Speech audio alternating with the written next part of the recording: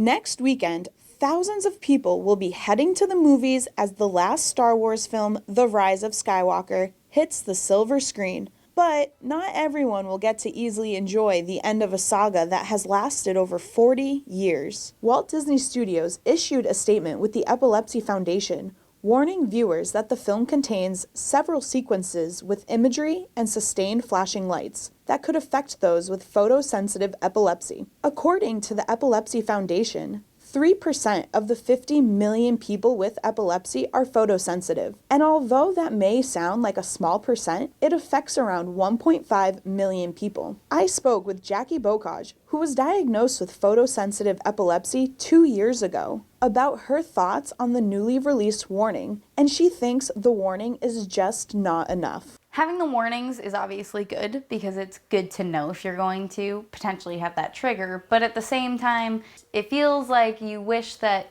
they cared more in the first place to not have to have the warnings, that you could just watch it and be a normal person. The Epilepsy Foundation gave recommendations on what you can do if you want to go see the film, like bringing a friend, but Jackie believes this is just not realistic. How am I going to convince a friend of mine to go see this movie first and then go see it again just so that they can tell me when I might have a seizure? Are they supposed to...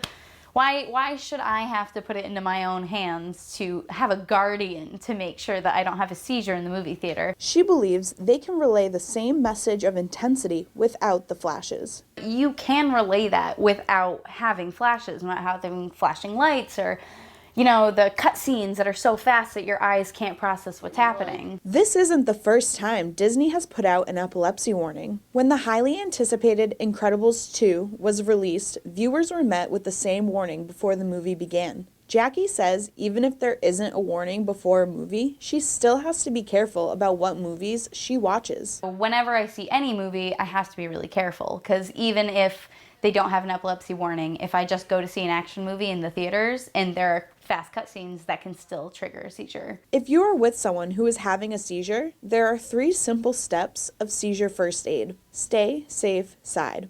Stay with the person and start timing the seizure. Keep the person safe and turn the person onto their side if they are not awake and aware. For WMCT News, I'm Lindsay Crane.